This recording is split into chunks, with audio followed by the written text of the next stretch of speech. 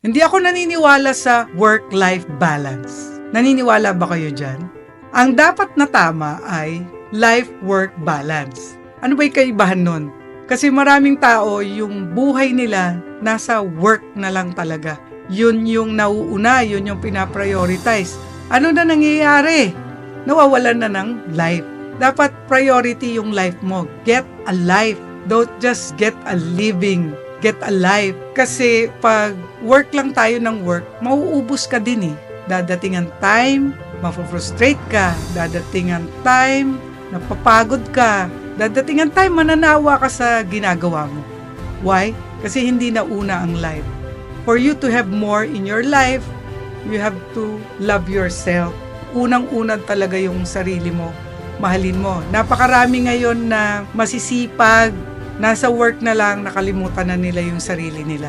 Why don't you start with meditation paggising ng umaga and connect to the source? Manghingi tayo ng lakas and energy sa Kanya.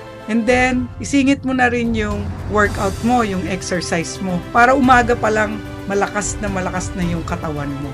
And then you will see, meron kang life na nalalaman ng katawan mo, nalalaman ng sarili mo na mahal mo siya.